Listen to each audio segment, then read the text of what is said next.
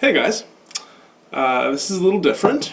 Welcome to your first online class. I have to say I've never taught a lesson looking into the lens of a camera before, but that's okay. Usually I, as you know, am more interested in teaching to actual humans, but obviously this is an incredible way to do it if we are in something like a global pandemic, which is absolutely extraordinary that we're living through such a time.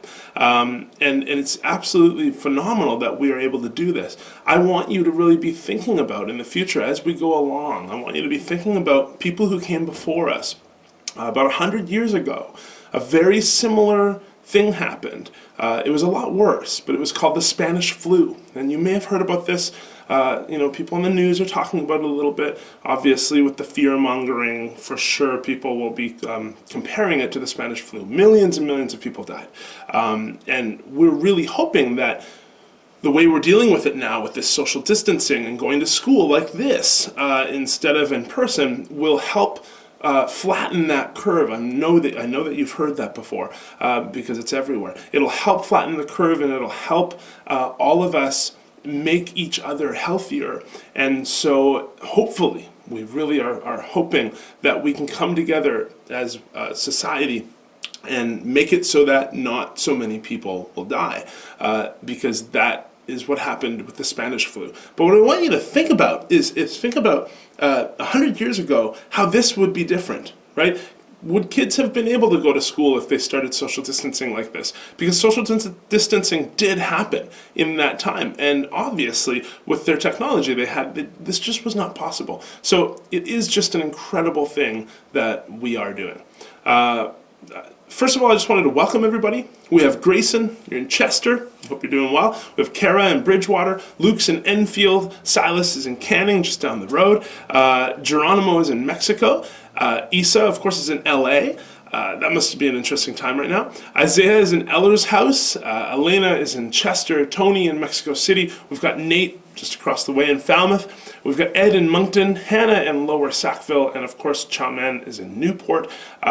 You guys are all at home. I know that is where you are because you have to be home right now. It would be irresponsible to not be at home right now. It wouldn't be irresponsible to be outside. That's the coolest part about this entire thing, is that we can be outside. I've been running a lot more, which is kind of nice. I've been exercising outside and going on lots of wonderful dog walks. It's the silver linings are there. You have to just find them. We also can start new hobbies at this time, and I'm really hoping that some of you have been doing that. I'm writing an album right now. I'm writing a lot more music, and I will be recording that in a few weeks with a really good friend, Mark Adam, and we'll do it at a distance. We'll be able to do that, which is really cool.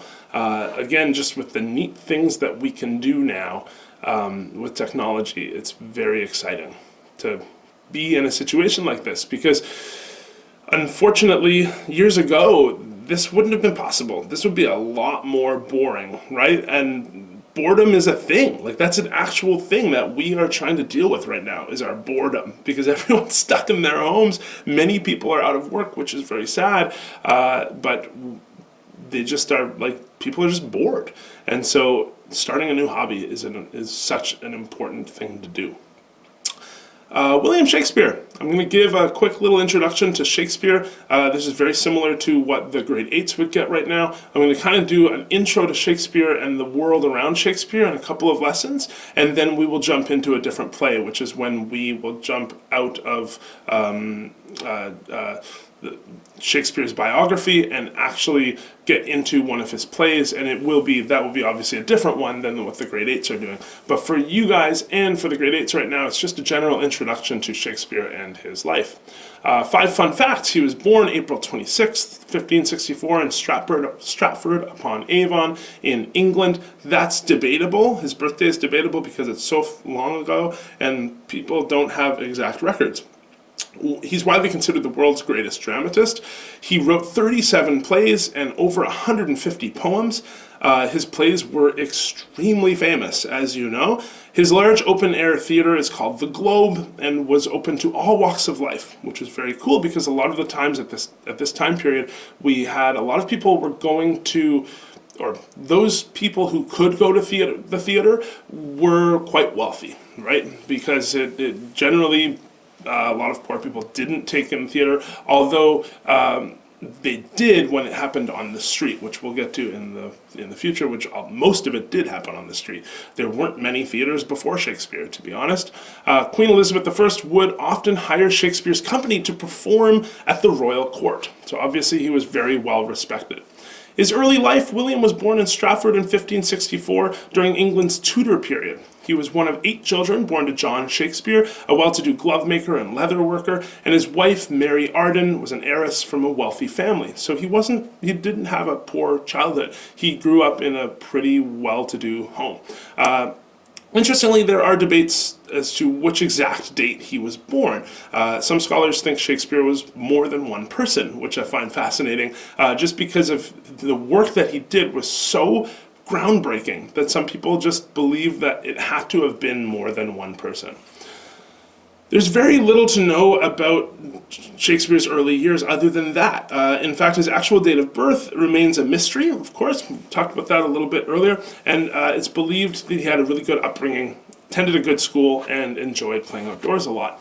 In 1582, William married a farmer's daughter called Anne Hathaway. They had 3 children together, a daughter called Susanna, and twins Judith and Hamnet.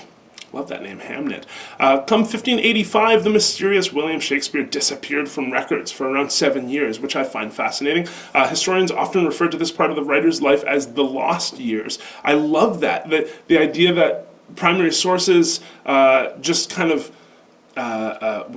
disappeared for 7 years. What happened to this guy? This is why I love history so much, because it's really interesting when you look back in time. You have things called primary sources and secondary sources, things that tell us where people are. Newspaper clippings, theater. When you go into a show, you get a program, little pieces of paper here and there, whatever, things that they, like little pamphlets and things. And tickets to shows or something. But for 7 years, there was nothing. And I find that really interesting. Like, what happened during those 7 years? That's why history is so fascinating, because you get to make those guesses. William was part of a theater company called Lord Chamberlain's Men. This is his early life in this theater, who regularly performed at a place called The Theater. But after a dispute with the landlord, they took the building apart, rebuilt it across the river, and named it the Globe Theater. We'll get more into the Globe. The next slide. The Globe is an open-air, large theater. It accommodated for people from all walks of life, which, what I just recently mentioned, is really important. The fact that poor people and rich folks could all go to the shows. This was different for the time. There was a massive hole in the Globe Theater in the roof of it. Obviously, because when you think about our theater, we don't have a hole in the roof because we can get lighting and sound and things in a different way. But they could only get lighting from the sun, right? So their plays had to be done in the daytime so that the sun could shine light onto the stage. And if it happened in the afternoon, then the sun would just perfectly shine a light onto the stage and everyone could see the performance. Back in those days, they would maybe have some oil lanterns, maybe some candles, but that wouldn't be enough light to shine on people on the stage. I'm sure they experimented with it, but it wouldn't be anything like we have today. In that photo, you probably are like, what do you mean? There's all kinds of lights. It's true. You can see some nice sort of street lights there. This is a modern photo. Obviously, this is a recreation of the Globe Theater, which is really cool. It's exactly as it would have looked, and you can go and visit and take in performances at that time. You can take in performances now, which is really cool. I'm just reading my slide here. If you were rich, you could afford to sit in the higher level covered galleries in a comfy seat away from the smelly poor people below. Yes, that's true. So if you were rich, you could sit far behind, which is fascinating because now when we go to a theater or when we go to a sports game, the front row seats are usually the most expensive. Back in these days, that was not the case. You spent money so that you didn't have to be up front, because if you can imagine that hole in the theater, it would rain sometimes. You didn't want to go to a show and get rained on. Also, it would rain all the time, and there'd just be a lot of mud, because that's what the floor was just made of dirt. And so if you went there, you never, if you paid $1 or $2 to go into a show as and in the standing room only seating, sort of in that dirt area, yeah, it would be muddy and dirty and gross, and there'd be a lot of people there. And so that front row seat is not a great seat, but it is a seat. You get to actually take in the performance. Well, it's not actually a seat, but it's a standing room only ticket, and you get to take in the show, which is cool. Types of plays. Shakespeare's plays were immediately massive hits everywhere, right? He wrote different kinds of plays, all of which would be divided into 3 categories: tragedies, comedies, and history. The 2 most popular categories that we always hear about are the fact that he wrote tragedies and comedies. Obviously, tragedies were these very dramatic, sad stories. We have Hamlet and Othello, King Lear, Romeo and Juliet. We know that Romeo and Juliet ending, right? It's just tragic. And then comedies are hilarious. It's satire, right? And Shakespeare was kind of one of the earliest writers of satire that became quite popularized. So including things like Twelfth Night and The Taming of the Shrew. Plays in Shakespeare's time were different to the ones we have today. There were no female actors. I find that interesting. Women's parts were only played by men. Audiences could get really rowdy. So every year I have the grade 8s perform a little outdoor production of Romeo and Juliet, because I think it's so, and some of you probably have been a part of those performances, I think it's important to pay respect to the fact that that's how people used to take in plays, that you'd have to do them outside. Before the Globe Theatre existed, Shakespeare and his company and lots of other people would perform plays just in the street, and people would take them in. And so we would do that on campus, and it was really fun. And I would sometimes, I always kind of thought how funny it would be to play a little bit more with it. And I was going to do that this year, where I would have the crowd be allowed to throw some things on the stage, or shout and boo or whatever. Maybe not boo, because that's kind of mean, but certainly be a little bit more interactive, because that's what it was. People were interactive. There was a fire at the Globe. Plays at the Globe featured lots of exciting special effects, with trapdoors, actors lifted on wires, smoke, fire, even cannons. You can imagine that these people wanted to experiment with this stuff, right? Disaster struck in 1613 when a cannon shot set fire to the roof of the Globe and burned it down. It wasn't long after that Shakespeare retired from the theater. We have special effects all over our theaters today. We can use lots of things like dry ice. I'm sure some of you have even been part of those shows that involved things like dry ice and other special effects. Back in those days, they didn't have as much as we have that it was really safe. So lots of their special effects were kind of dangerous, and this one was particularly dangerous when it burned the Globe Theatre down. Not long after that, towards the end of his life, William lived quietly back in his hometown of Stratford upon Avon. He died April 23rd, 1616. Aged 52 after falling ill. Many believe that he died actually on his birthday, but it's debatable as to which day he was actually born, so it doesn't really matter. But this is a memorial set up for Shakespeare, likely in Stratford, and that's that. He left a gigantic legacy. I can't believe that we're still talking about him in such a huge way, because he invented motifs or ideas of stories. And those stories play out in movies that we see. There are so many references to Shakespeare's work in so many TV shows and movies that you guys have seen. Actually, one of the first things I do with my classes when I introduce Shakespeare is I just ask you guys what movies and TV shows you have watched recently. You start talking about the stories a little bit in what's happening, and then I can usually pick maybe 1 or 2 of his works, and they're very similar stories. Right? The love triangle, any kind of romantic comedy film usually involves a love triangle. That's Romeo and Juliet. That was the beginnings of love triangles.